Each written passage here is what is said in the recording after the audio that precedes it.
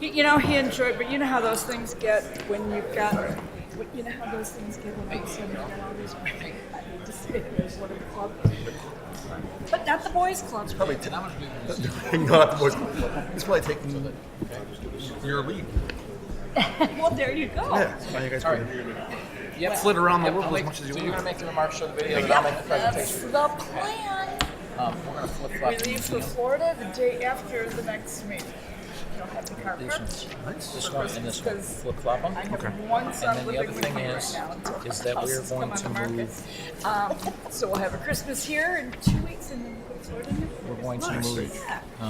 But we have to drive. I'm trying to convince We're going to do Jen dial a ride to go along first. with us renting there. Then we're for going one to trip do out east like the this. Then we'll open the public hearing for the budget. Out east, you want to go that west?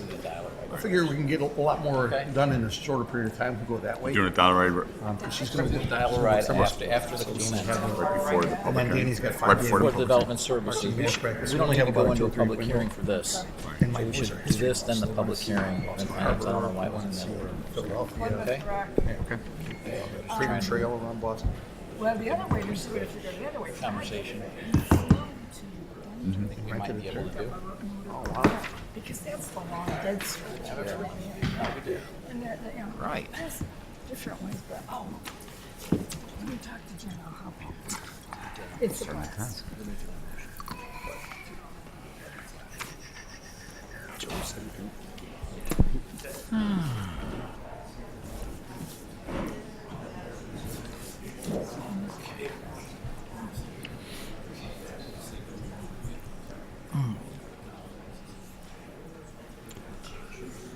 Yeah, it's all set, right?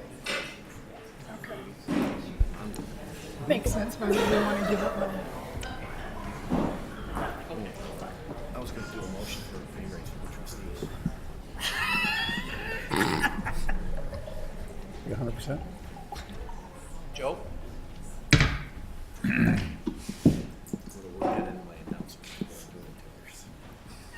Yeah, that'll be good. Last time we did it, worked real well. Oh, yeah. It hasn't come back to bite us at all.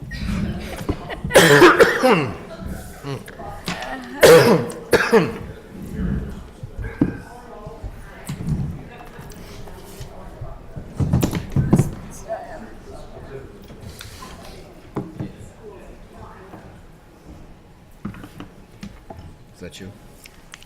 Yes, exactly. But that was Emmett first, and then I saw it again. I'm like, no, that's exactly. Call the meeting to order. Call the roll. Trustee Fenton? Here. Trustee Dodge? Here. Trustee Guerra? Here? Trustee Ruzick? Here. Trustee Calandrello? Here. Trustee Carroll? Here. Mayor Pico? Here. Please rise for the pledge. I pledge allegiance to the flag of the United States of America and to the republic for which it stands, one nation, under God, indivisible, with liberty and justice for all.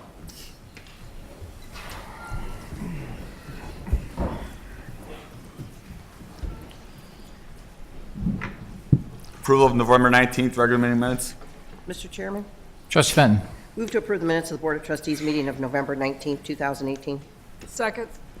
Are there any changes? Call the roll. Trustee Fenton? Aye. Trustee Guerra? Aye. Trustee Dodge? Aye. Trustee Ruzick? Aye. Trustee Calandrello? Aye. Trustee Carroll? Aye. Mayor Pico? Aye. Museum Development Advisory Board appointment. Mr. Chairman, Trustee Fenton. move to advise and consent the appointment of Christine Donovan to the Museum Development Advisory Board. Second. Call the roll. Trustee Fenton? Aye. Trustee Guerra? Aye. Trustee Dodge? Aye. Trustee Ruzick? Aye. Trustee Calandrello? Aye. Trustee Carroll? Aye. Mayor Pico? Aye. And if Christine's here, could you come up to the front? There you are.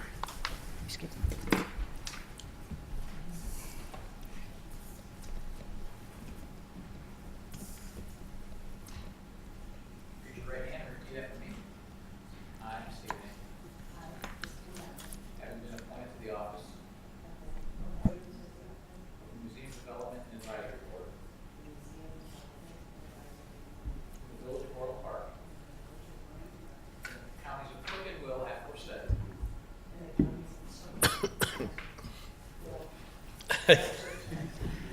solemnly swear that I will support the Constitution of the United States and the Constitution of the State of Illinois, and I will faithfully discharge the duties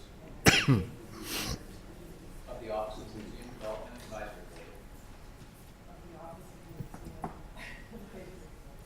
to the best of my ability. Congratulations.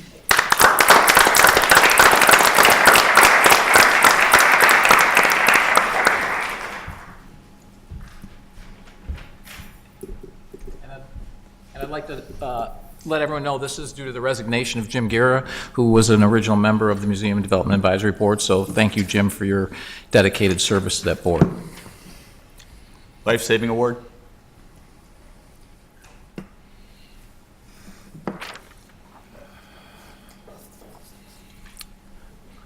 The chief has a presentation to make.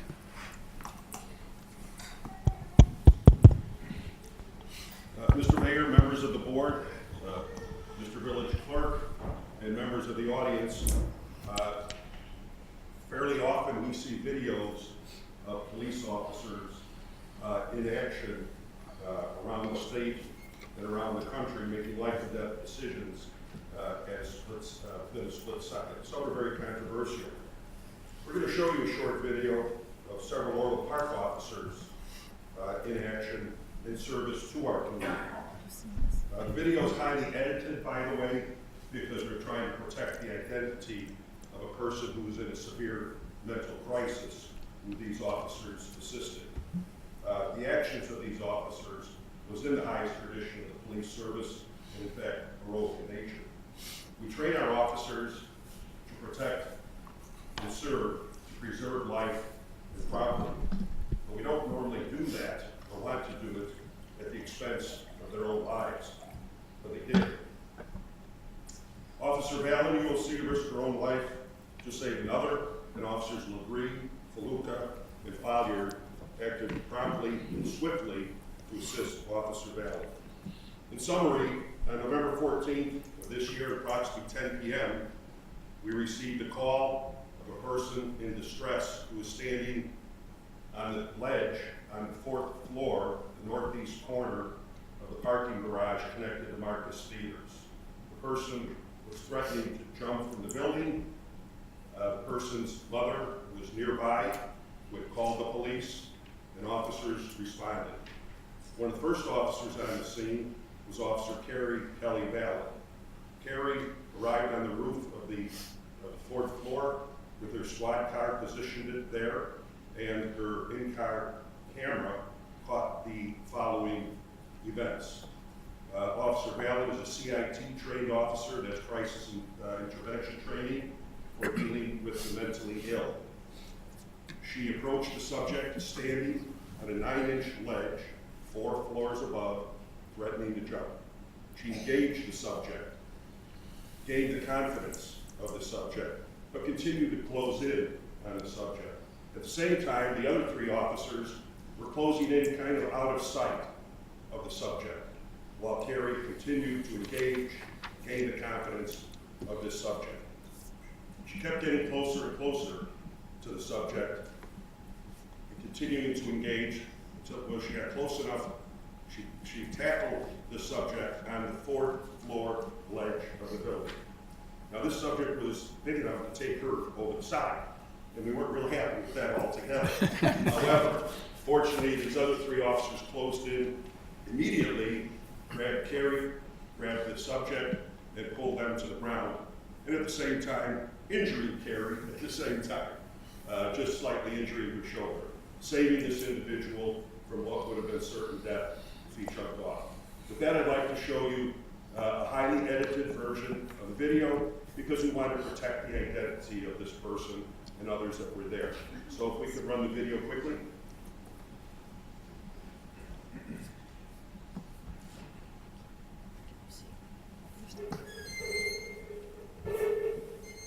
That's the individual standing. It's very hard to look on the left side there. Officer Vallon approaching.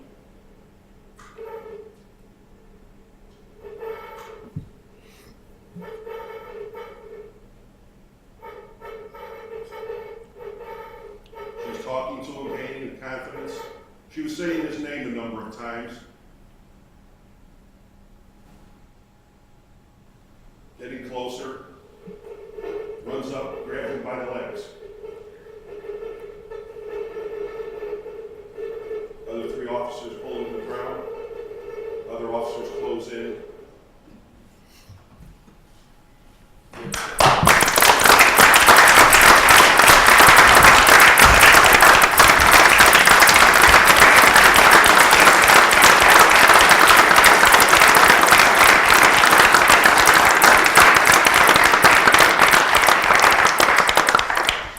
Maybe you have the one that shows a little bit of the conversation.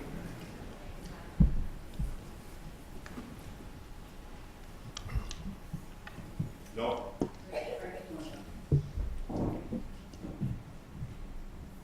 What do you see the one, we don't want to give away the person's name, but the, how she engaged the subject, gained his confidence, and,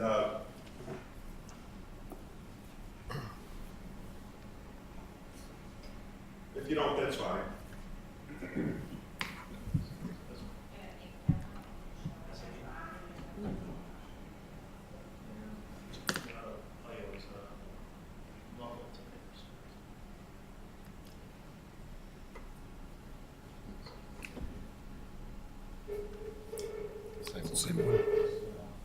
Yeah, okay, that's fine. But these officers saved a person's life almost at the expense of their own. Just an outstanding job by our police officers, doing more, frankly, than what they were trained to do. So I congratulate them. They'll be awarded at our annual police award ceremony next November. But I salute them for a job well done. Job well done. Thank you.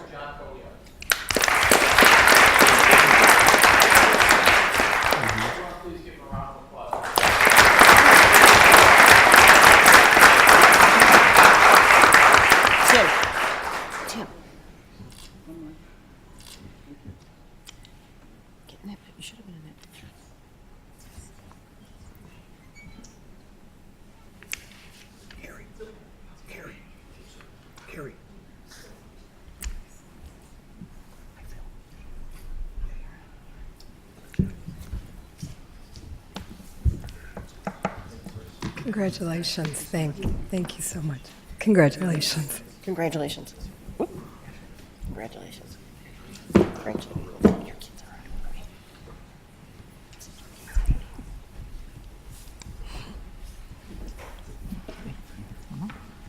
are Consent agenda? Consent agenda. Item A, payroll for November 16th, 2018. Item B, accounts payable from November 20th to December 3rd, 2018. Item C, Laserfish electronic document management software DocuSign connector. Item D, upgrade of virtualized server application environment for business community continuity and disaster recovery capability. Item E, 2019 maintenance of streets and highways by municipality under the Illinois Highway Code resolution. Item F, custodial services RFP award. Item G, disposal of village equipment, equipment from the Public Works Department and Village Hall ordinance. Item H, Flex Seal chimney sealant RMS utility services. Item I, intergovernmental agreement between the Village of Orland Park and Mokina Fire Protection District fire hydrant use. Item J, Grasslands Regional Flood Control Facility Engineering. Item K, solar panel installation 11353 Longwood Circle. Item L, solar panel installation 16400 88th Avenue. Item M, solar panel installation 7420 157th Street. Item N, solar panel installation 8917 Wheeler Drive. Item O, solar panel installation 17606 Carly Lane. Item P, St. Coletta's of Illinois Residential Care Home Ordinance. Item Q, 159th Street and LaGrange Road, various invoices acknowledgement. I would like to take item H off of the consent agenda. Mr. Mayor, Trustee Ruzick. I move to approve items A through Q with the exception of item H of the consent agenda. Second. Are there any questions or comments? Call the roll. Trustee Ruzick. Aye. Trustee Calandrello. Aye. Trustee Fenton. Aye. Trustee Dodge. Aye. Trustee Guerra. Aye. Trustee Carroll. Aye. Mayor Pico. Aye. Flex seal chimney sealant. Mr. Chairman, Trustee Fenton. move to approve waiving the bid process and approve accepting the proposal for manhole sealing from RMS Utility Service of McHenry, Illinois, in an amount not to exceed $31,500. Second. Any questions or comments? I took this off the consent agenda just because I was wondering, what happened here to get to something that's above the normal bid process. Mr. Mayor, when originally planned, this item, which is a beta test for us, improving our I&I, reducing our I&I for the sanitary system, it was originally thought to be a maintenance item. After evaluation, it was determined to be construction, which changed the type of payments that were required. So it ended up having to be a prevailing wage project, which required the increase in cost. So what was the original cost? The original cost was right around $18,000. So it went from 18,000 to 31.5. Okay. Are there any other questions or comments? Call the roll. Trustee Fenton. Aye. Trustee Dodge. Aye. Trustee Guerra. Aye. Trustee Ruzick. Aye. Trustee Calandrello. Aye. Trustee Carroll. Aye. Mayor Pico. Aye.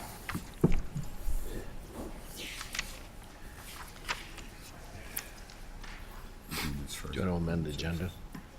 No, we're going to do the dialogue. Yep. Mr. Chairman? Yep. Mr. Chairman, Trustee Ruzick. I would like to make a motion to move item number 16 on the village manager's report to this point in the agenda. Second. Call the roll. Trustee Ruzick. Aye. Trustee Dodge. Aye. Trustee Fenton. Aye. Trustee Guerra. Aye. Trustee Calandrello. Aye. Trustee Carroll. Aye. Mayor Pico. Aye. Village Manager Lamargo, could you give us an update? I know we've been working hard on this. Yes. As you know, whenever we look at reductions of programs, we try and have the least amount of impact to our residents. This program was no different. However, we did identify that some of the residents had more difficulty in trying to find an alternative transportation to the Dial-A-Ride program. We were asked to continue to look at different options between Jennifer and the mayor's office, Sarah with the trustee's office, Assistant Village Manager Keating, Director Ingram, and his team at Public Works had worked with all these individuals to try and find alternative rides. At the last meeting, Trustee Ruzick asked us to look at PACE to see if they had any other alternatives, and the board asked us to kind of think a little bit more outside the box, which is what we did. So we came up with what we believe could be a viable solution that I'd like to present to the board, and I may need a little bit of direction as far as if you're okay with the what we're proposing, if there's any changes, so we could start rolling this out if the board so chooses to move forward with it. So the Dial-A-Ride program would be changed to a community vehicle program. And basically what this community vehicle program, or CVP, they would service only qualified persons with disabilities who reside in Orland Park and travel to Orland Park destinations and complete a village registration form which will require proof of disability such as an Illinois Persons with Disability card ADA paratransit card, handicap placard card, etc. We're still trying to work out some of the details of what we would need. This would be a 7-passenger van with a lift to accommodate wheelchairs with a 2-chair capacity. Currently, we have a 15-passenger van, and I believe, and Director Ingram, correct me if I'm wrong, but I believe the 15-passenger van does have a 2-lift chair wheelchair as well. We would have 2 part-time drivers that do not need a CDL, and it only requires 1 day of PACE training, as opposed to the other program which required CDL. So trying to find some part-time employees to drive this van would be a lot easier than trying to find individuals with CDL licenses.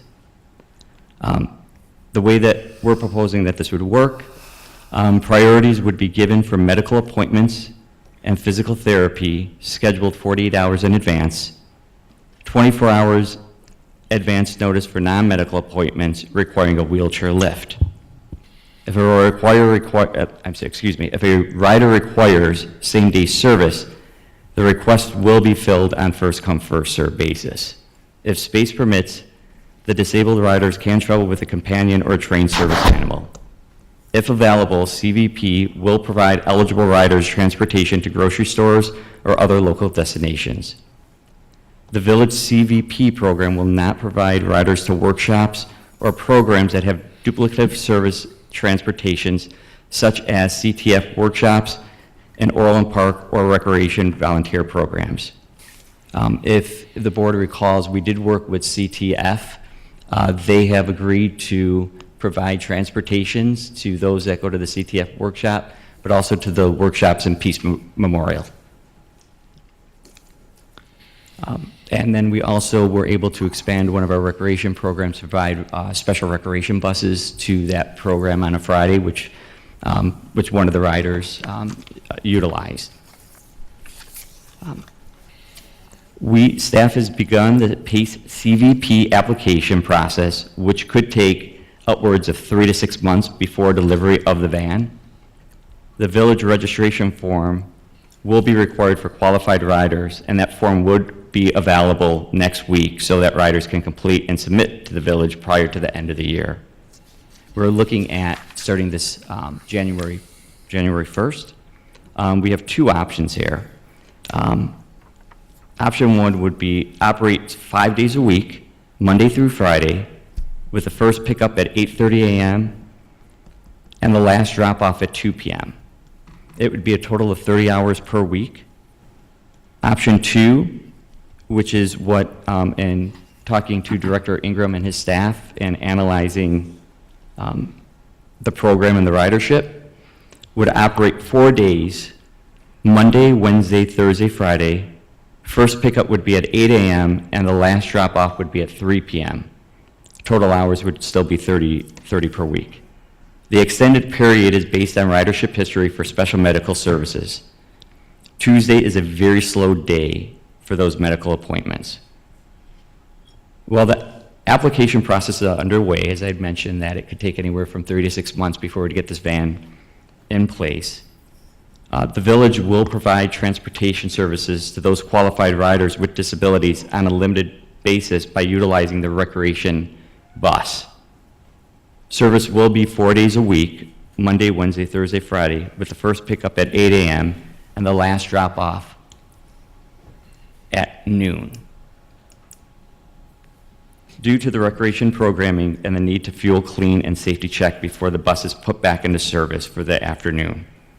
This limited service will begin after January 2nd, 2019 and continue to at the current fee rates until the implementation of the Village CVP program is up and running. Moving forward, staff will continue to evaluate the availability of the special recreation bus to determine if hours can be expanded. As I'd mentioned before, CTF has confirmed that all 10 of our regular riders that attend the workshops have registered with CTF and will start utilizing their bus services. So we are looking for direction from the board to see if option 1 or option 2 would be best fit, and if the board is okay with the parameters that we had set forth as well for who would be eligible to utilize those services. Mr. Mayor? Trustee Ruzick? So one thing, can you talk about the financial impact? Yes, I'm sorry. The budget for this would be $33,000 with revenues totaling $11,000 based on 2,750 rides at $4 per ride. That's one way, each way, $4 each way. There is no subsidies that PACE gives. The one thing I will say, though, is that utilizing the seven-passenger van, we would not be required to do the servicing on that. That's included in the rental of that. So we're looking at about a $22,000 cost to the village at this point in time, As opposed to our current program? which costs us somewhere anywhere between $130,000 and $140,000 that we lose every Plus year. the pay subsidy, so 150,000 plus in total. Yeah, it could be upwards of 150,000. Okay. And I'm just curious, right now we have a 15-passenger van, and Yes. this new program is going to be 7 passengers. That's correct. In our current program, am I correct that 15 passengers is rarely ever full? Never full? Well, Is it we safe to have, say? I'd have to defer.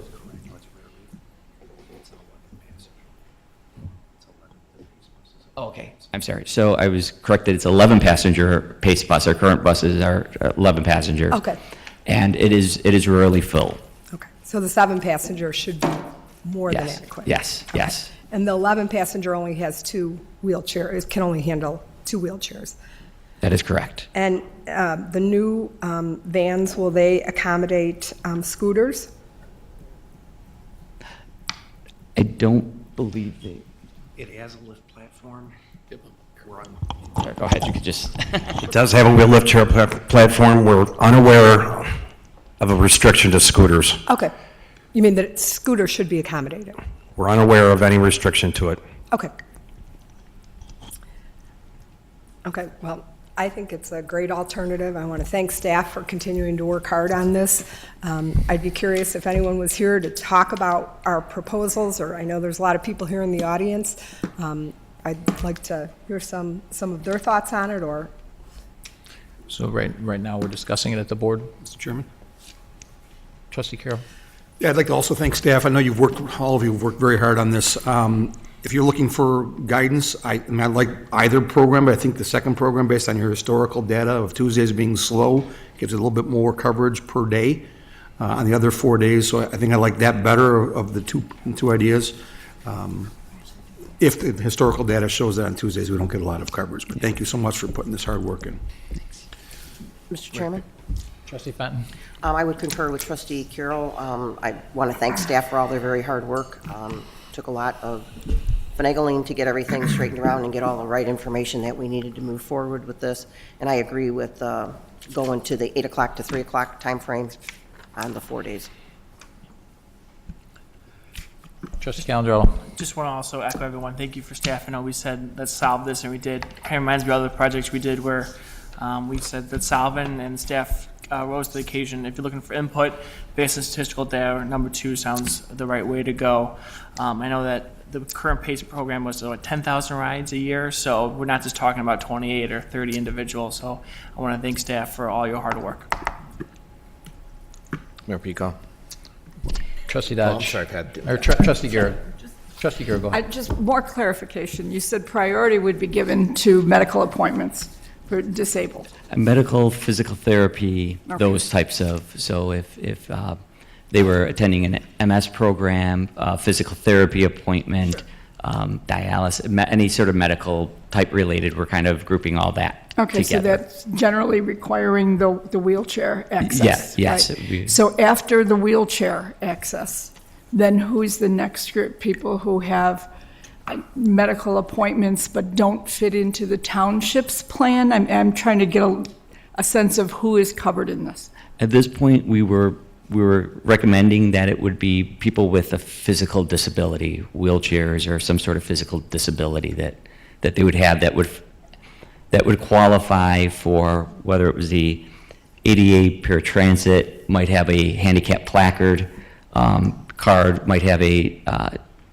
disability ID card from the state of Illinois has a disability ID card. So what if the disability, though, is not necessarily physical? That Then we can if they have, accommodate if them they as if well. they got one of those. And fall not within the necessarily qualification. wheelchair either, it's And- just disability. Correct. That's what I'm Correct. trying to. Yeah, get I'm a sorry, sense. yes. And I believe the township does provide for seniors. Don't they have a bus with a lift? Very similar. So we don't want to duplicate what they offer. Right. So this would be obviously limited to residents. The Orland Park residents, that's correct. And it would say, just like our current program, we would stay within the boundaries of Orland Park. We did make some exceptions when CTF was in Tinley Park, and Peace Memorial was just outside the boundaries Right. of Orland Park. It was basically right across the street from Orland Park. Okay, but they but will handle that The for us. in CTF will Peace now Memorial. handle that, correct. Okay, so I know there was one participant that didn't quite qualify as a senior, but was in a wheelchair, so this is key for that person who was falling in the cracks. Yes. We believe this covers anybody that would have fallen into that gap of falling outside the boundaries. And we did work with and try to talk to, and continue to talk to Pace about trying to expand their boundaries. One of the challenges, much like ours, because we had to date, we have about a close to a 20% reduction from last year in ridership. Pace is seeing the same trend. And so with that, it's not warranting them to expand their services. No, I congratulate you and the rest of your staff. It's a fine job. Thank you. I will say this was Assistant Village Manager Keating and Tom Morgan, Jennifer, Sarah, Deborah from Public Works. I mean, they are the ones that did the heavy lifting and finding a solution for that. And Tom Morgan, yes, Tom. And a number of other people I'm sure I'm forgetting. So Joe, I'll echo what the board said. Certainly, thank you. So 2 questions, one specific to this and then one broader. So what will be the feedback loop for you to know what we're proposing is working, and how are you going to communicate that to boards? That's question 1, and I'll have a follow-up question. Okay. So much like this process, which was good, we had a number of individuals that came up and spoke and brought a lot of things to our attention that we may not have been aware of at the time. So that's one. But we have been communicating with our regular ridership with that. So we'll continue to communicate with our riders. We would hope that if for some reason there is anyone that might be falling through the cracks per se or in that gap, that they would let us know and we can reevaluate the program and be a little bit nimble with that. I think this is something that we're starting now with this, and if it warrants, we will, come back to the board to try and expand that program if it warrants it. Okay, and then I guess the more broad question, or perhaps statement, is we had to do this a little bit under the pressure of a deadline with the budget. There's got to be a better way for us to think about programs like this where you've got the reality of budget issues, but we don't have to solve for service delivery problems with the deadline of a budget. So have you thought about how we don't get into this situation again as we think about critical deliveries to an important part of Orland Park? Right. And should have my statement to all of us, including the board, is we shouldn't be doing this in a budget year, in a budget cycle. We should be doing this as a normal course of business to get better. Yes, I mean, and we have. I mean, with every budget year, every program, everything we do, we evaluate it. We start looking at it. This was a program that we knew that was, sensitive to the community, and so when we looked at some of the reductions that we were charged with trying to find, we really tried to look at all different alternatives, and then when we started looking at programs that had the least amount of impact, not to be confused that they're not an important impact to the community. I don't want that to be confused or misinterpreted in any way. We wanted to start it as early as possible with this to help and try and find alternative solutions. With that being said, yes, throughout the year, we will be looking at all of our programs, and if there is something that we are looking at contemplating eliminating or reducing, we'll start that much earlier in the season so we can find a viable solution. No, Joe, by I the time appreciate, the I budget appreciate comes. that, because, my takeaway from all this is, this has always been, we have a lot of programs where it's not the fundamental idea of the program, it's making the math work for everybody. If we've got to ask people to pay, if we've got to cross-subsidize, we have to do all those things. So it's just, we're a long way from done. I'd like to get sensitive topics like this off of a budget cycle if we could. Mr. Mayor? Trustee Ruzick.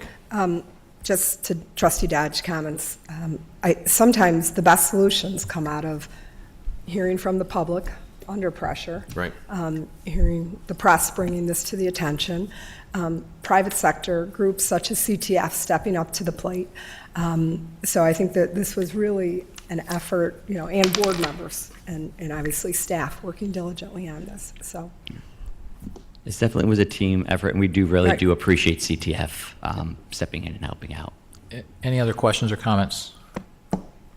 So, so my comments are broadly, well, one, I agree with Trustee Dodge and Trustee Ruzick on this, that one, as our normal course of business, we need to find better ways of doing things. It doesn't have to be under a budget cycle. I also agree that when under pressure, as you've heard me say numerous times, that when put under pressure is when people tend to find solutions to these problems. So I think there's a mixture of both in this. I think it also demonstrates that the system works in that, people spoke, and as I think we all said routinely, that they were welcome here to speak. And we did take what they said because we wouldn't have realized that there were a few people slipping through the cracks or a few rides slipping through the cracks if we didn't know that. And when it was brought to our attention, we all agreed that we want to look deeper into this and find solutions. I think we worked together as a team, everyone, staff, board, mayor's office, everyone, to find a solution. And at the end of the day, I think we got rid of some duplication that we have, but we still managed to provide services to the people that need it. And we did so at a much, much, much reduced cost, which is good for everyone in the village. So, so I applaud everyone for this. And then with that said, I know we have some people here that want to speak about, or wanted to speak about the dial-a-ride and the transportation. If you still want to speak, you can come up now and speak before we take action on this. So Diane Makowiak.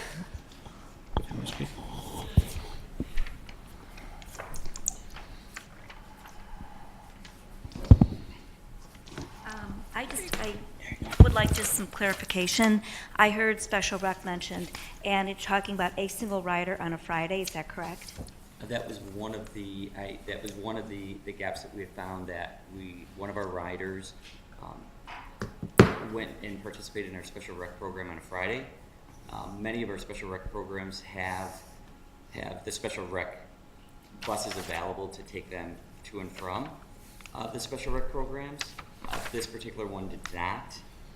And when we had identified that this specific rider was going to this, when we looked at the log of the specific rider, they were going to the special rec program at our FLC every Friday. So I engaged Director Flores, who's our Director of Recreation and administers all those programs. She ran those numbers and said that yes, we can absolutely provide one of our special rec buses to pick up the individual from their home, bring them to the special rec program, and bring them back. And it would still be cost effective for the program itself. Well, there are Monday, Wednesday programs as well, and individuals to attend those. So I don't know what happened to, there's some transportation, or maybe there's some one I need to talk to, because there are Monday, Wednesday, there's a volunteer in the village program. It's a wonderful work program. And I can't get my daughter to these programs. So that's one question I have. And then the second one is to really, really implore you to think about maybe a possibility of welcoming some individuals, maybe the medically involved, the individuals with disabilities, to be part of your advisory board, to give you input. So let me tell you, if if anybody, if you care, which I think some of you have, and I really appreciate it very much, but take some input, because how great it would be, we want to be helpful to let them be as independent as possible. You can't go shopping at the mall if you can't get there. You can't come appreciate the beautiful lights if you can't get there. The Orland Park Public Library is going to be offering wonderful programs, but if you can't get there, you're cutting off a big chunk of your residents that are living and trying to be functioning and enjoying Orland Park. So I guess a suggestion about inviting individuals to think about taking their input. I think that maybe a partnership would be helpful. And then the second point is, what about those other individuals who want to do the Park District programs? Are they only going to single out certain people to help, or are they going to offer more? Yeah. So appreciate it. I'll have to look at it, but in looking at our logs for our riderships, we just saw the individual that went to the Friday that utilized the dial-a-ride. Oh my God, my apologies. Utilized our program on Fridays that we had. So we'll look into that, and if it warrants it and we're able to expand it, then we absolutely will. To your point, we will have this program available to this new community vehicle program for non-medical uses as well. We're just making a priority for medical uses, but if someone wanted to go to a library program, they call us 24 hours in advance, and we have availability on that van, we'll absolutely pick that individual up and take them there. We just didn't want to, if we had a recreation bus going to our program already, it didn't make any sense to us to have the van go there when it could be driving someone else. But we'll look into the Monday, Wednesday programs as well. I'll have our recreation department evaluate all those and see what we can do to expand it. So I appreciate that. Okay, thank you. Thank you. Thank you for your comments. Jane Connors?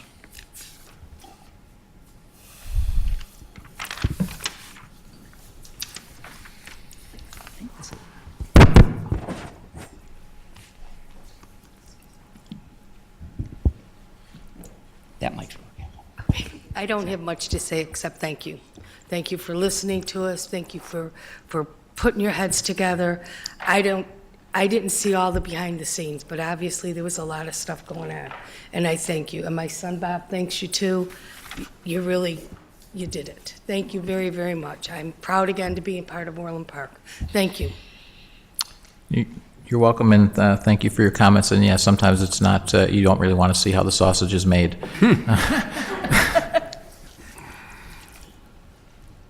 Paul Berman? Yeah, I understood this as, being a legitimate issue in terms of you trying to balance a budget, and I respected that.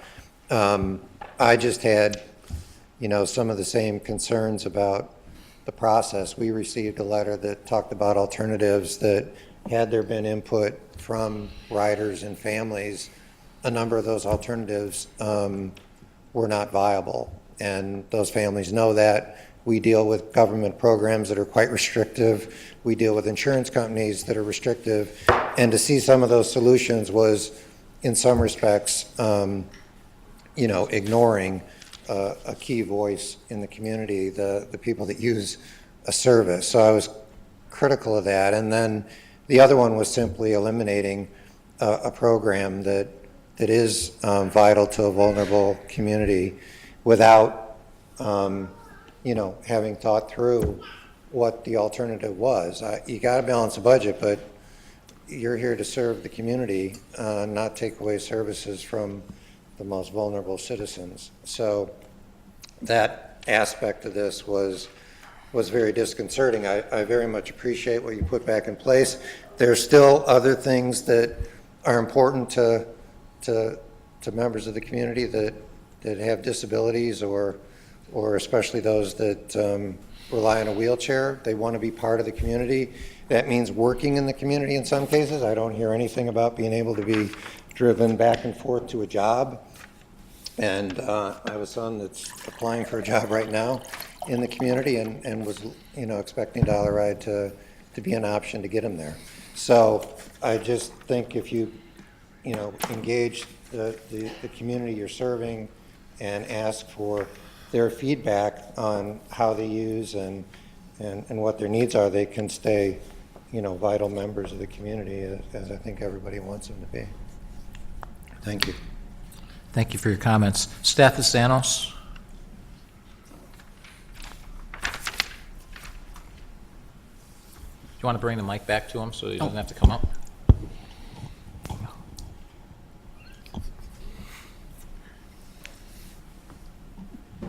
I'm glad you got together, and I hope that this program will be, expanded eventually, because you said that on Tuesday you're not going to have any rides at all. Is that true? At this point in time, But then after 1 year, you're going to evaluate it, or you're going to evaluate it during the year? well, it will be a continued evaluation as to how it's working, and if we need to expand some of the services, if we need to, expand the program, and those are things that will be a consistent evaluation on that. One of our challenges is that we do need to keep our part-time employees under a certain hours. That's one of our challenges that we have here. There's some reasons behind that. Yes.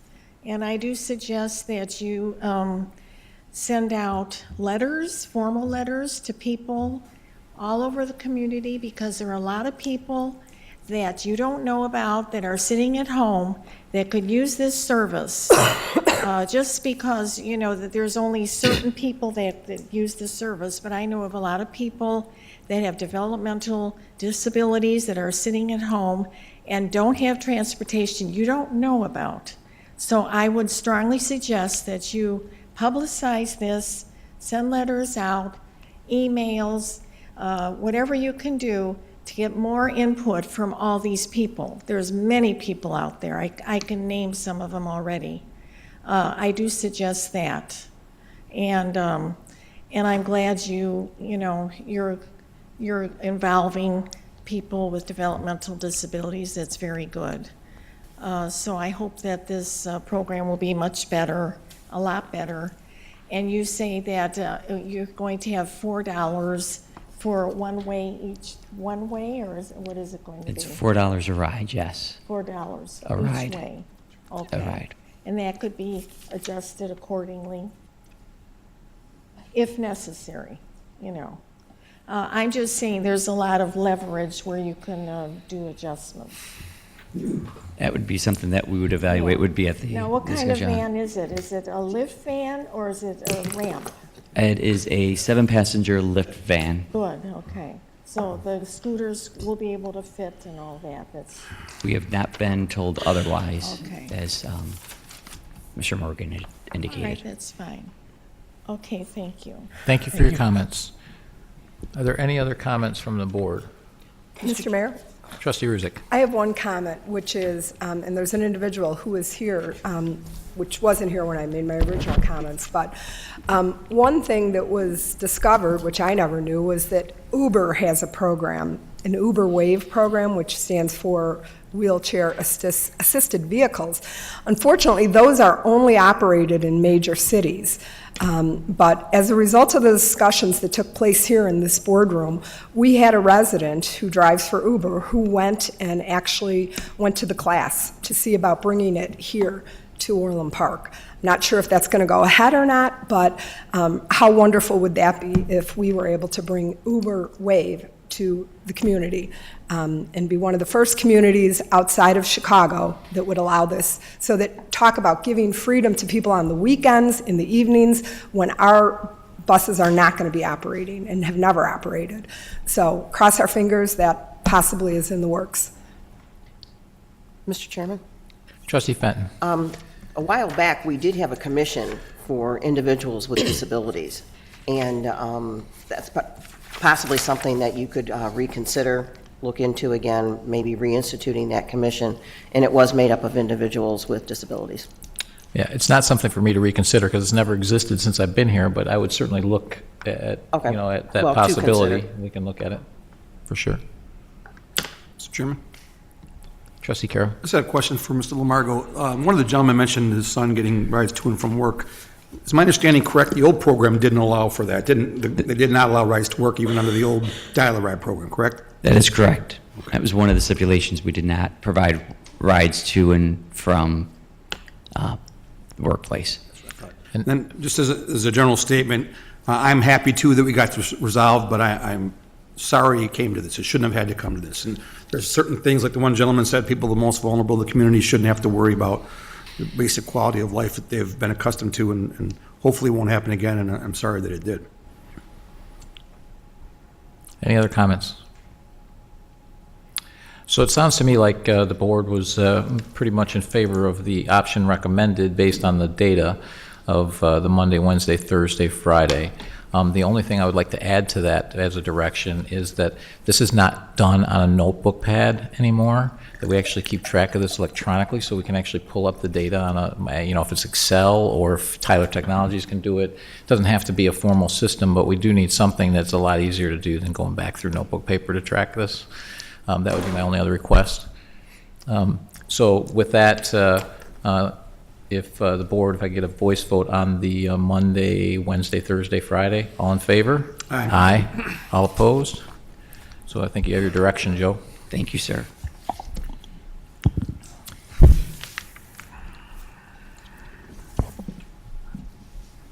So we'll do the building. Waterfall Plaza, existing development. Mr. Chairman, Trustee Ruzick.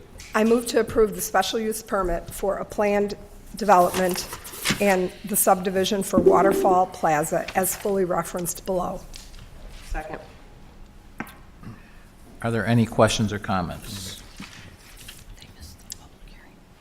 Mr. Chairman, Trustee Carroll. do you happen to know if there's a representative of the developer here tonight or no? There is? Okay. The only question I had was, I see some of the notes in here that I read over the weekend at the committee and the commission prior to that had some concerns about what type of use, and I think there's even questions where the petitioner was asked that question. I don't see really an answer. The only reason I'm asking that question is because I had heard things about this particular development previously from another developer, and it wasn't feasible at that time. So just before we grant or take a vote to grant the special use permit, I just prefer to know that there is something in the works on this particular project. And could you state your name too, please? Yeah, my name is Marut Shaw.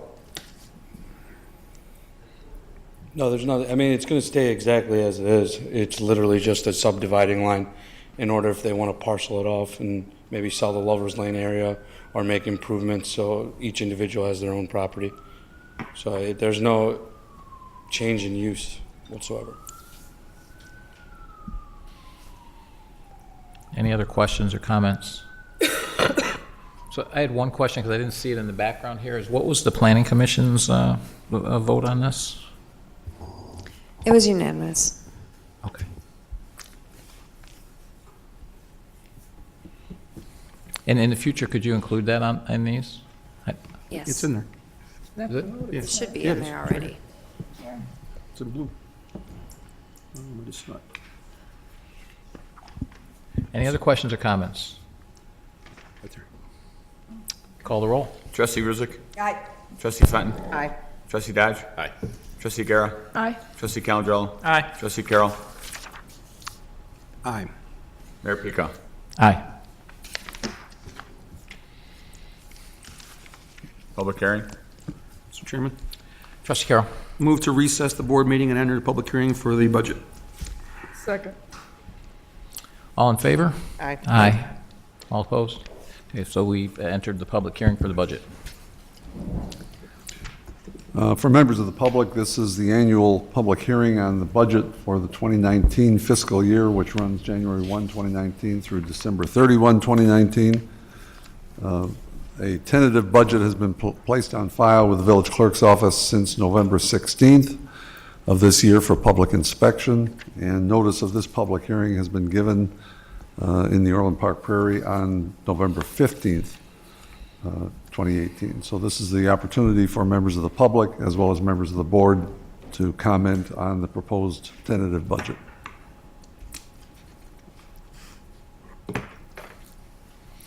Mr. Chairman. Is there any public comment?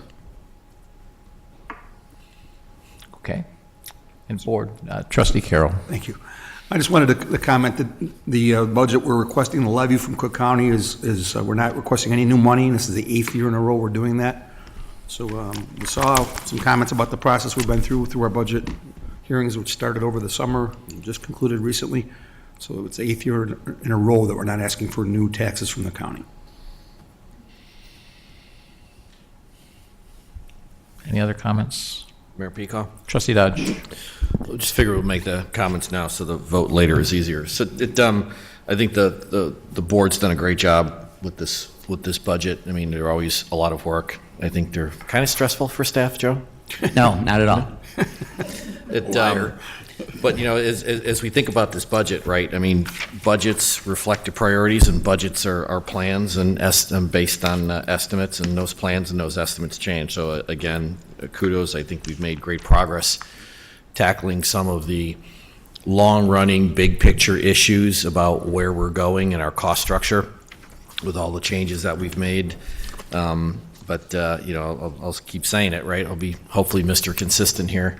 We're not done finding efficiencies, and I came across a great definition from a management guru, Deming, which is efficiencies defined as doing the right things really well. And I think it's been a change. We're going in the right direction. Culture change, cultural effects are not yet done in the village. You know, as we continue to go down this budget year, the good news is we've made some changes, and I think we're going to continue to see a healthy-ish retail sector. The bad news is we're kind of at the mercies of what's going on in retail broadly as we continue to try and diversify and expand our economy locally. And I don't think we're done looking at all departments in terms of trying to find more efficiency. So as we continue to aggressively invest in technology and more aggressively, Joe, trying to affect cultural change, and we change the requirements of any given department where what we're asking of them isn't what it used to be, then I think it's appropriate to bring up looking at, even if it's mid-year, unfunding some of the headcount. I don't think we're done trying to find efficiencies. And, you know, quite frankly, more broadly, at some point, this board, this community, we're going to have to continue to have the discussion of how much local government do we want to pay for. I think we've had a pretty intense set of discussions to get to a place where we're holding the levy flat. That's remarkable in this climate. If the U.S. economy ever starts to weaken, which it's projected to do by some economists in the year late 19 or 2020, we're going to have to keep an eye on finding more efficiencies or being smart about what we do in terms of revenue balancing. So I think we've made great progress. Kudos to the board that did a lot of the heavy lifting and the staff. But I'm personally trying to be emphatically clear, I'm not done pushing staff and, quite frankly, this board and the whole village system to continue to find more efficiencies. And if we need future adjustments to the budget, we make them. Message received. Thanks, Joe. Any other comments? Mr. Chairman. Trustee Ruzick. So kudos to staff and Trustee Carroll, who worked hard on this budget. Given that our retail vacancy rate is as high as it has been, you know, at the end of the recession, I think that this was pretty impressive that we were able to once again not raise our levy and not institute any new taxes. So I'm proud of it. I'm proud of staff's job for that. So. Any other comments? Mr. Mayor? Trustee Calandrello. I just want to echo everyone's sentiment that I want to thank staff. I want to thank the board for working together. Having the levy flat for 8 years, one of these days I want to research and see how many towns can truly say that, so I'm proud to be a part of that. I haven't raised it since my time here, and again, I know people get tired of me saying this, but less than 7 cents of your real estate property tax goes to Orland Park. Now I have the number, $484 was what the average of the medium home owner pays to Orland Park for world-class policing, world-class public works, a great rec department, and everything that we do in this village. And I'm always impressed by those numbers. 7 cents, and now $484. I know the exact number for the average homeowner. So we made some cuts with staff. I appreciate everyone working hard to do that. I'm still always blown away by that number, less than 7 cents per dollar.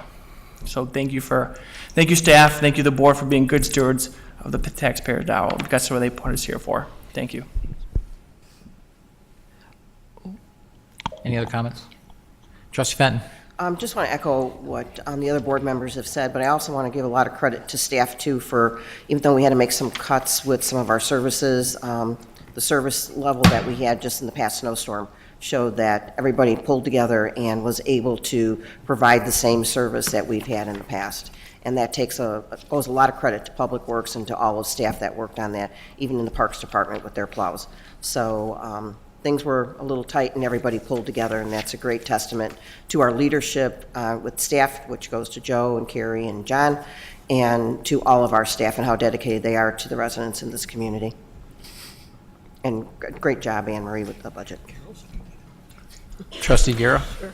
I'll chime in with the rest of the board and congratulate our staff. We have a wonderful staff, and there were numerous meetings, and we went over every detail line by line and saved some money, spent some money, but at the end of the day, we maintained the levy, which is incredible. It's quite an accomplishment in this environment with the changes in the retail that we're experiencing right now. So, and we were able to resolve the PACE issue too. So I think that became very clear to all of us when we saw that there was not a 100% duplication, that people were going to be left behind, that the board stepped up along with our village staff, everyone, and found a solution that could be acceptable to all. So congratulations to our staff.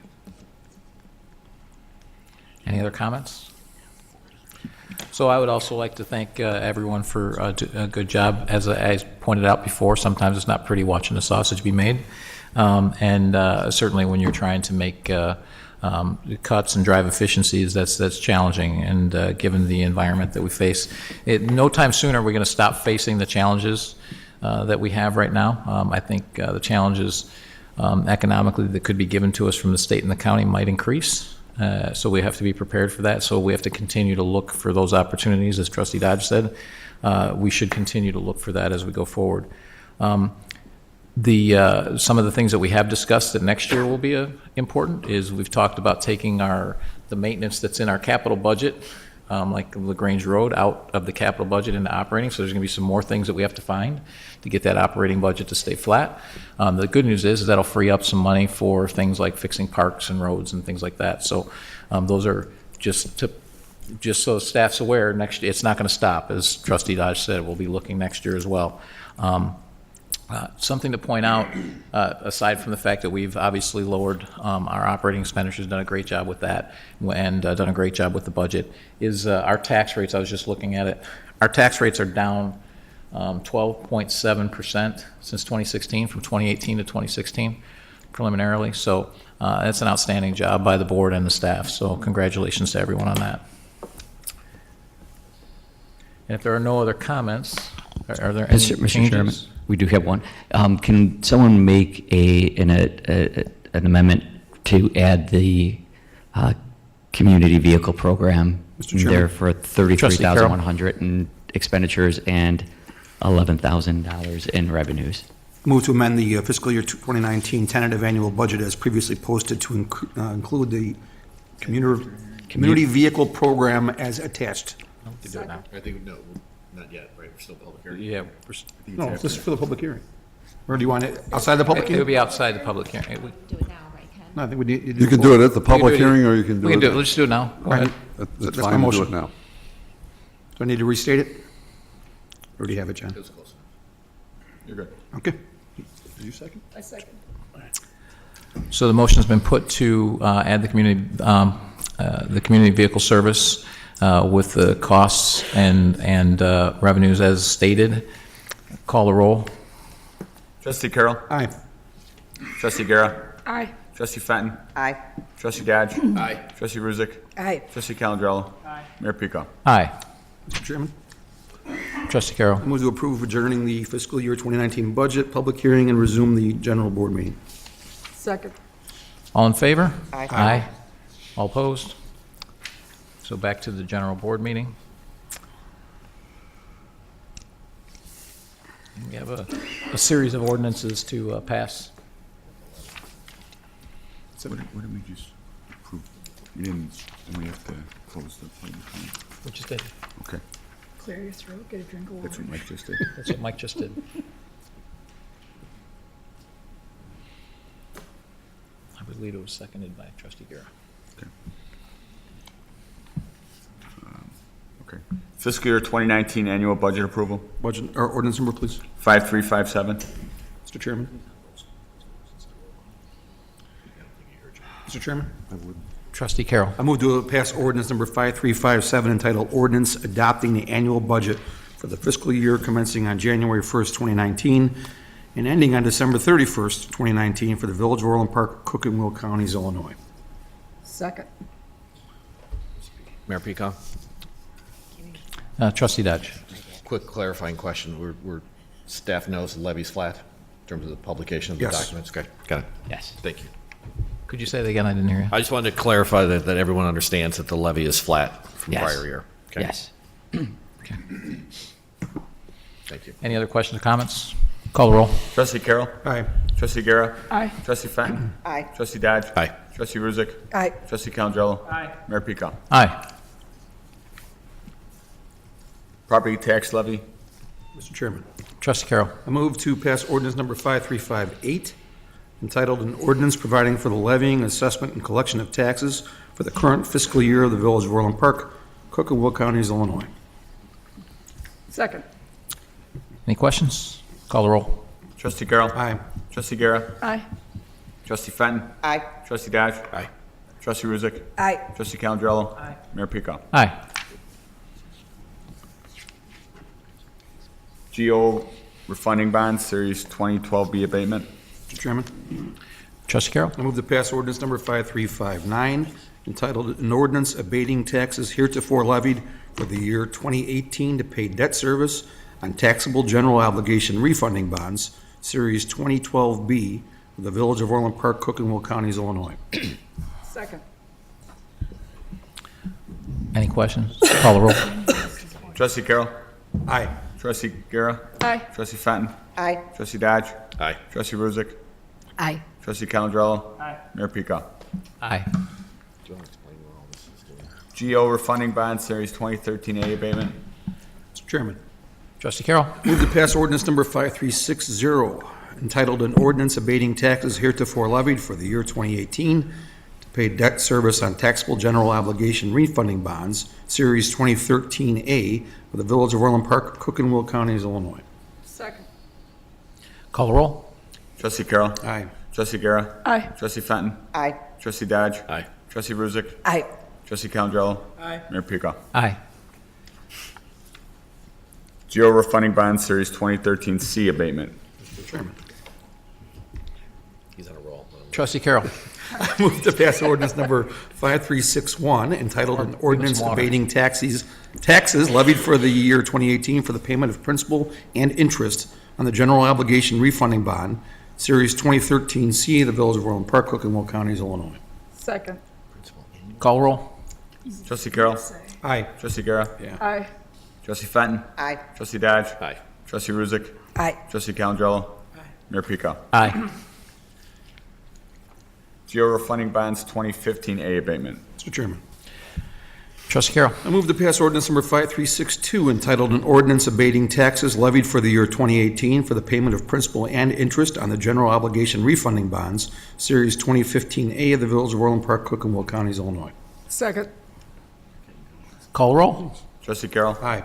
Trustee Guerra. Aye. Trustee Fenton. Aye. Trustee Dodge. Aye. Trustee Ruzick. Aye. Trustee Calandrello. Aye. Mayor Peacock. Aye. GO refunding bonds, Series 2016 abatement. Mr. Chairman. Trustee Carroll. I move to pass ordinance number 5363 entitled Ordinance Abating Taxes Levied for the Year 2018 for the Payment of Principal and Interest on the General Obligation Refunding Bond, Series 2016, of the Village of Orland Park, Cook and Will Counties, Illinois. Second. Call the roll. Trustee Carroll. Aye. Trustee Guerra. Aye. Trustee Fenton. Aye. Trustee Dodge. Aye. Trustee Ruzick. Aye. Trustee Calandrello. Aye. Mayor Peacock. Aye. Hotel operators accommodations tax.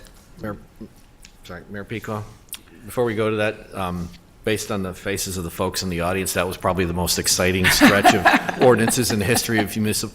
Can we have staff briefly explain what we just did? Perhaps, Anne Marie could just give a quick summary of what we just did. It was very exciting. Come on, it was. It was. So when the village issues debt, we issue our debt as general obligation debt, and that allows us to levy property taxes to repay that debt. The reason we do it as general obligation as opposed to some type of revenue bond or anything like that is because we get a cheaper interest rate, which also lowers our property tax levy. So what we do with certain bond issues that we issue is we use something other than property taxes to pay the debt service. So in our case, we use home rule sales tax. So because we're not going to levy to make those debt service payments, we're going to use home rule sales tax instead. We have to actually abate that levy and file those abatement ordinances with the county. It's perfect. Is that good? Okay. It's perfect because we're saving money, yes? Yes. Yes. Our property tax levy is lower. There you go. Thank you. Sorry, Mike. You're good. And Mr. Chairman. Trustee Carroll. I move to approve ordinance number 5364 entitled an ordinance amending Title 7, Chapter 7, Section 7-7-7-3 of the Orland Park Village Code, Hotel Operators Accommodations Tax imposed. Second. Any questions or comments? Mr. Chairman. Trustee Carroll. Since Trustee Dodge wants me to explain everything, we are adjusting our hotel tax to match the surrounding communities. Ours was 4, everyone else's was 5. We brought ours up to 5. Any other questions or comments? Call the roll. Trustee Carroll. Aye. Trustee Guerra. Aye. Trustee Fenton. Aye. Trustee Dodge. Aye. Trustee Ruzick. Aye. Trustee Calandrello. Aye. Mayor Pico. Aye. Non-scheduled visitors, Allison Rich Vuko.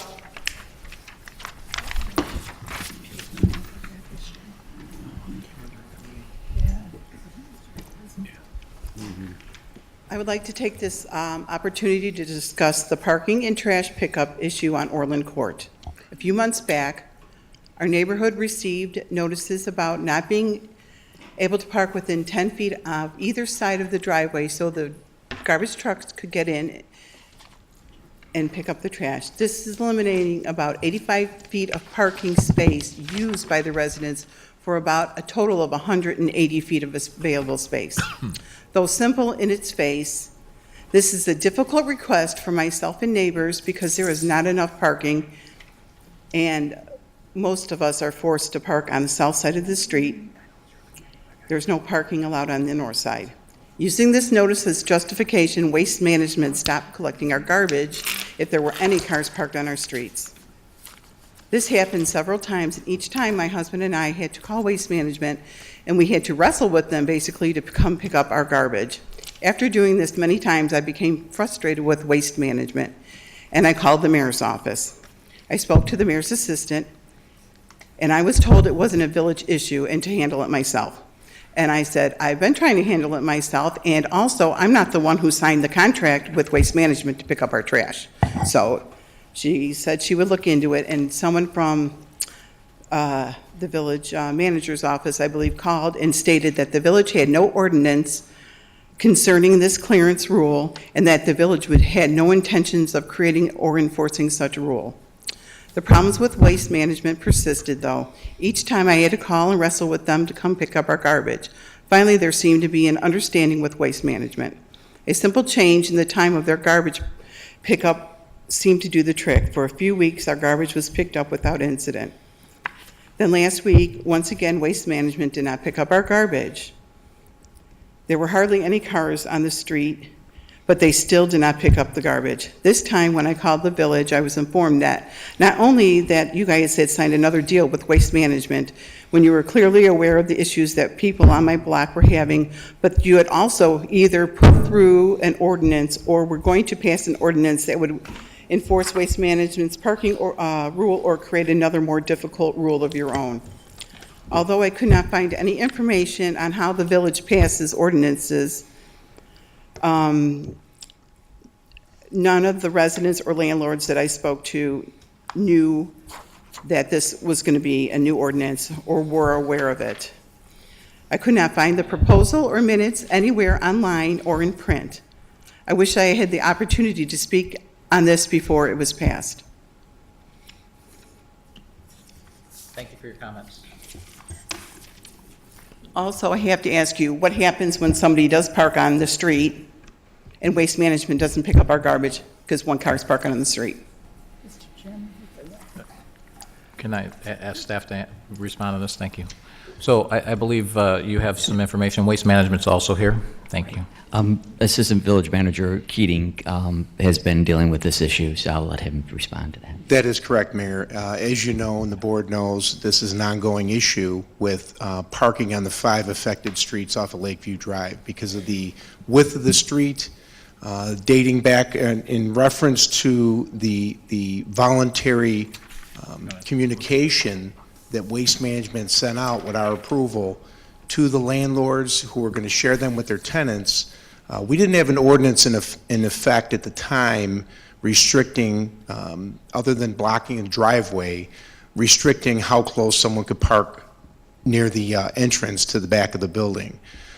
So we sent out some requesting voluntary compliance from the residents, from the tenants, and from their visitors to please refrain from parking on trash pickup day only on Thursdays between 7 and 10 o'clock in the morning, because that's when Waste Management services that area, to try to see if we get some voluntary compliance. The issue continued. Actually, I went out and met with the operations manager from Waste Management with the driver on site to try to see what the challenges were when the vehicles are parked too close to the entranceway for the Waste Management truck to get into back to service the apartment buildings. With that being considered, I know, Mayor, you referenced, I do have Ella Plum from Waste Management. She's the municipal marketing manager, and I know she did meet with this resident on site, and she has the history on this particular building. But with that being said, we felt that the only remedy would be to, just ticketing, creating an ordinance and just ticketing those vehicles during that time period on garbage pickup day between 7 and 10 still wouldn't get those apartment buildings serviced. And it was a public safety and health issue. We've had multiple photographs from trash being stacked up because they weren't being able to service the area. So working with Chief McCarthy and his staff regarding the parking ordinance, the determination was we did create an ordinance. As you know, it went to the Public Safety Committee on November 5th and then to the full board for approval on, I believe, November 19th. Restricting signage will be posted. It's already ordered, and we think that the signs are going to be erected this week for the Thursday trash pickup. But stipulating that if vehicles are parked on the respective side of the street during trash pickup day between 7 and 10 in the morning, that vehicle be ticketed and can be towed immediately. That way, Waste Management can then service those apartment units. One of the challenges, I know the residents stated that the calls to Waste Management, and Ella could speak on that, we have had drivers go back out. I know the concern was, well, maybe if they come back later in the day, instead of between 7 and 10 in the morning, they'll be able to service. There's no consistency with those vehicles being moved later in the afternoon. It's the units in those 5 respective streets. It's a high transient area. You may have two-bedroom apartments with more people that live, that have vehicles, and there maybe aren't enough parking spots. But due to the public safety issue, that's why we presented it to the board for consideration with the parking restrictions to including towed vehicles. Voluntary compliance didn't work. That is why we asked to have the board consider that ordinance, which is now in effect. I don't know if you want any back history from Ella from Waste Management. She's here with us if you'd like to ask her any questions. Does the board have any questions for Waste Management? Mr. Chairman? Trustee Ruzick? I didn't say a question. How has this never been an issue before? It was. This started, Ella, you want to step up? Yeah, let's hear from Waste. There was one apartment unit that, had heavy parking on their street. and the drivers aren't able to access those units. So this started back, I believe, in August Yes. of I'm last talking year. like, oh, okay. I was talking years before. Why has this not been a problem? Yeah, this building was built these buildings were built in 1988, so.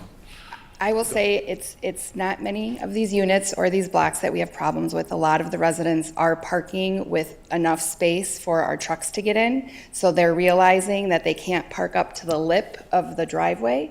And what's happening on this road specifically is cars are parking right where the driveway begins and right where, but it ends at the other side. So our trucks don't have the radius to turn in. And so on the other driveways, the cars are realizing they need to back up. So they're not parking all the way up. Last week specifically, our drivers showed up. The cars were there. If we can't get in, we can't get in. We don't want to have to come back. But we did come back, and the car that we had put flyers out on was still there. We came back on Friday morning, that car was still there, that our driver did honk a couple times, the resident came down and did move it. I don't do house visits, I typically in my position don't do house visits, and I thought this was important for me to go and see what my driver was dealing with. So on October 18th, I did show up, and to my surprise, we had an Orland Park police officer there, and I thought, wow, he's here for me, but realistically, there was a car that was parked right in the middle of the parkway where residents couldn't even get out of the driveway to go to work.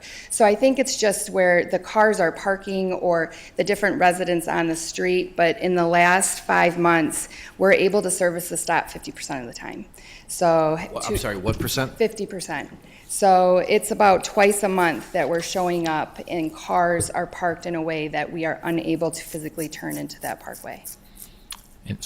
I know that I've seen about 10 pictures that show that there's no way. It may be difficult to get in with a landscape truck, let alone a waste management truck. I'm assuming that part of the issue here is 1988, our codes didn't really allow for this. It wouldn't happen today because we allow our codes make sure that that we have the room to turn our trucks in. But because this was well before that and 30 years ago, we didn't actually plan for this particular issue. Mr. Chairman? Yeah, to Trustee Ruzik's point, I lived on Franklin Court in 1991, and we had problems with it back then when people would have to drive over the grass to get out of the back parking lot. So it has happened before. Like Assistant Village Manager Keating said, I got a lot of constituent calls because as the garbage is getting stacked up in the back, it's blowing out onto Lakeview and throughout this whole complex.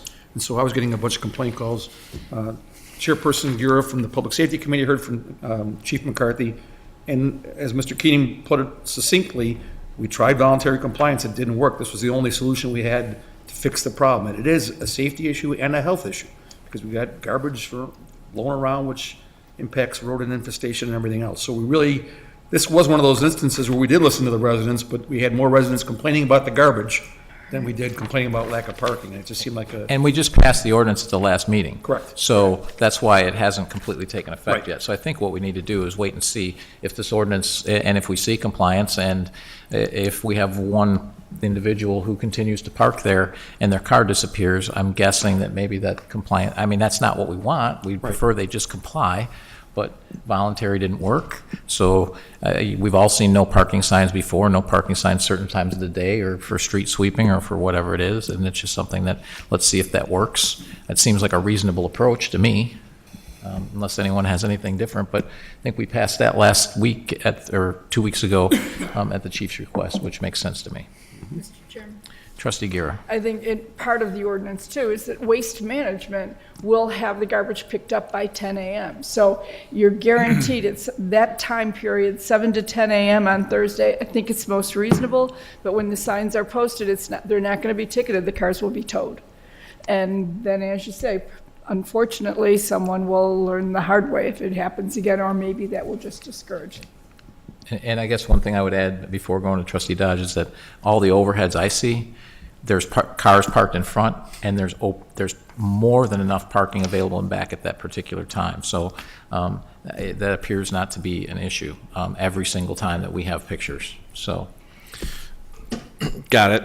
Right. I think you guys have thought about this every which way you can. So in order to minimize the impact on the residents who are doing the right things in the area, what are we doing to let people know that this ordinance is placed and that we're not going to, have we done any additional outreach?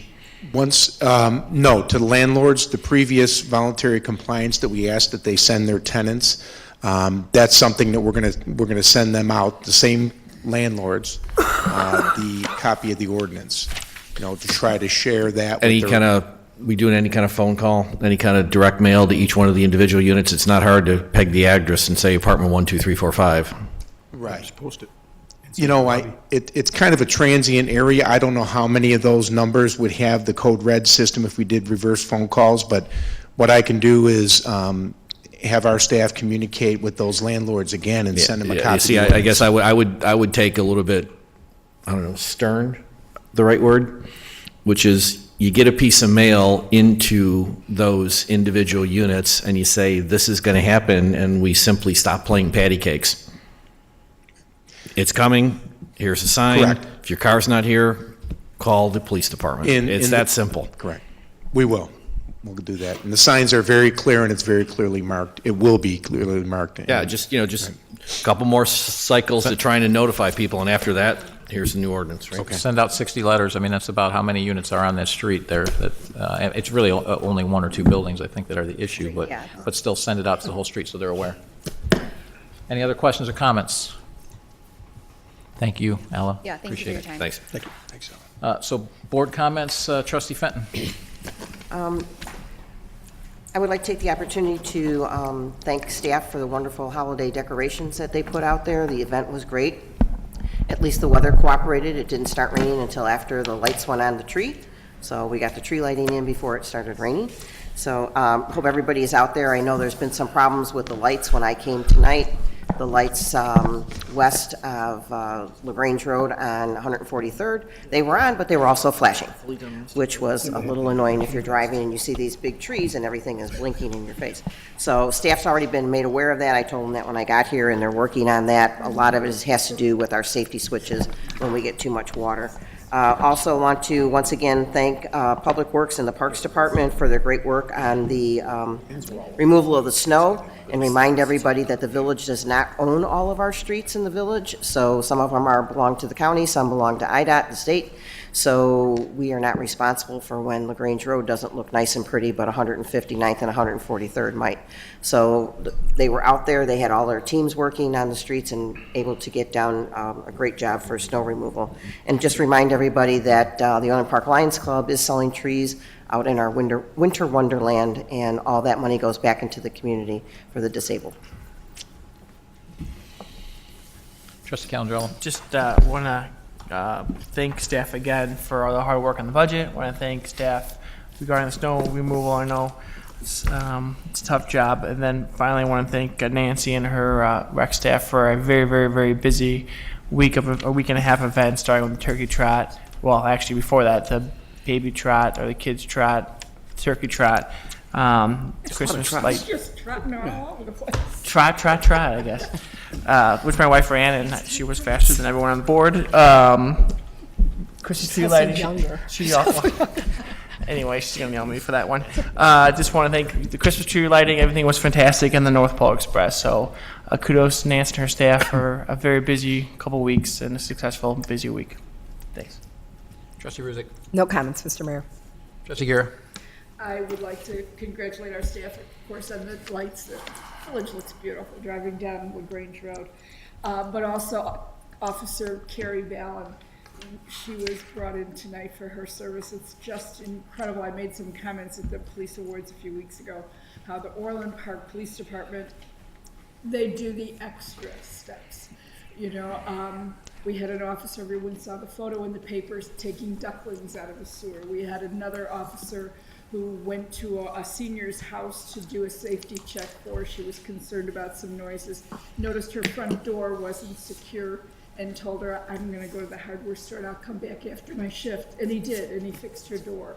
And these are the things that make our police department such an outstanding organization. And Officer Valen, again, yes, it's her job to secure and you know, catch the bad guys. It is not her job to put her life at risk, as she did in that video. If you watch it, it's incredible. And this young woman's been on the force for, I think, about 7 years. She's now a field training officer, and as the chief said, she went through crisis intervention training, she does her job well and beyond what anyone would expect. So I just want to drive that point home. Orland has the best, and I'm very proud to be her. Trustee Carroll. Thank you, Chairman. Yeah, tonight's one of those nights that makes me very proud to be an alumnus of the Orland Park Police Department. I'm sure Mr. Keating would join me with that. It was a great story. We'd love to hear the positive outcome stories, because oftentimes, as the chief mentioned, we hear too many of the negative ones on a regional and national level.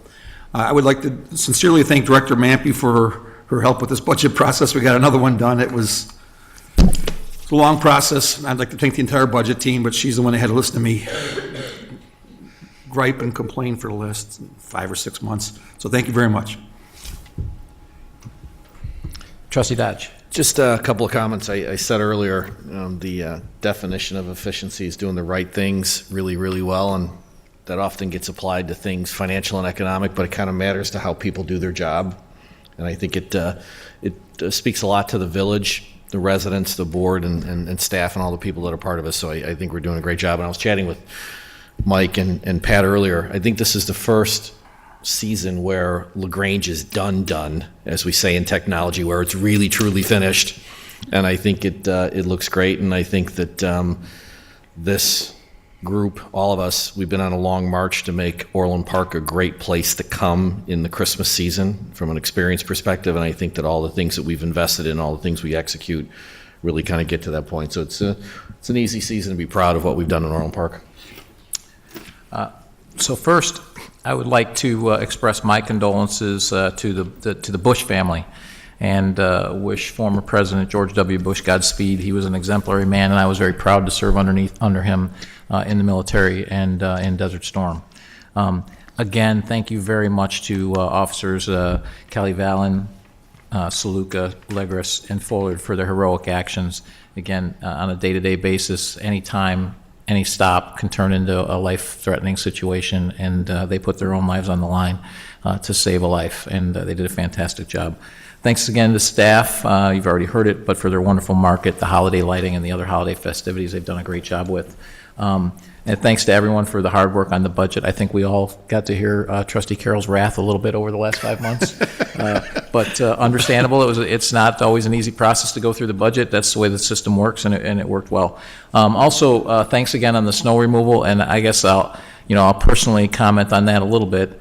I know that Director Ingram has left, but I texted him, I texted the chief, because when I walked out with that snowstorm and saw 2 inches of water in the parking lot at Marcus, I knew it was going to be a very challenging snow to handle. People don't always realize that it's not necessarily the volume of snow, it's not necessarily the temperatures. It's a combination of everything. And that one, it was very clear we were going to have an ice problem from the beginning. There was going to be ice underneath the snow, and it was going to be very heavy and hard to push. So I reached out to both of them early on and said, hey, make sure everyone's safe. And we actually did have a few incidents with our plow trucks, and so, because we knew that was going to be a really, really challenging snow. So the staff did a fantastic job to make sure that snowfall was handled, because that was a difficult one to handle, especially for the first one of the season, especially a week before Thanksgiving. So again, thanks to everyone, and with that, I'll take a motion to adjourn. Exec session. We have executive session. Oh, I guess we're going to closed session. So I'll take a motion to go to closed session. Mr. Chairman, Trustee Fenton. move to go into executive session for A, approval of minutes, B, purchase or lease of real property for the use of the village, C, pending litigation against or affecting or on behalf of the village when found by the board that such action is probable or imminent. Second. All in favor? Aye. Aye.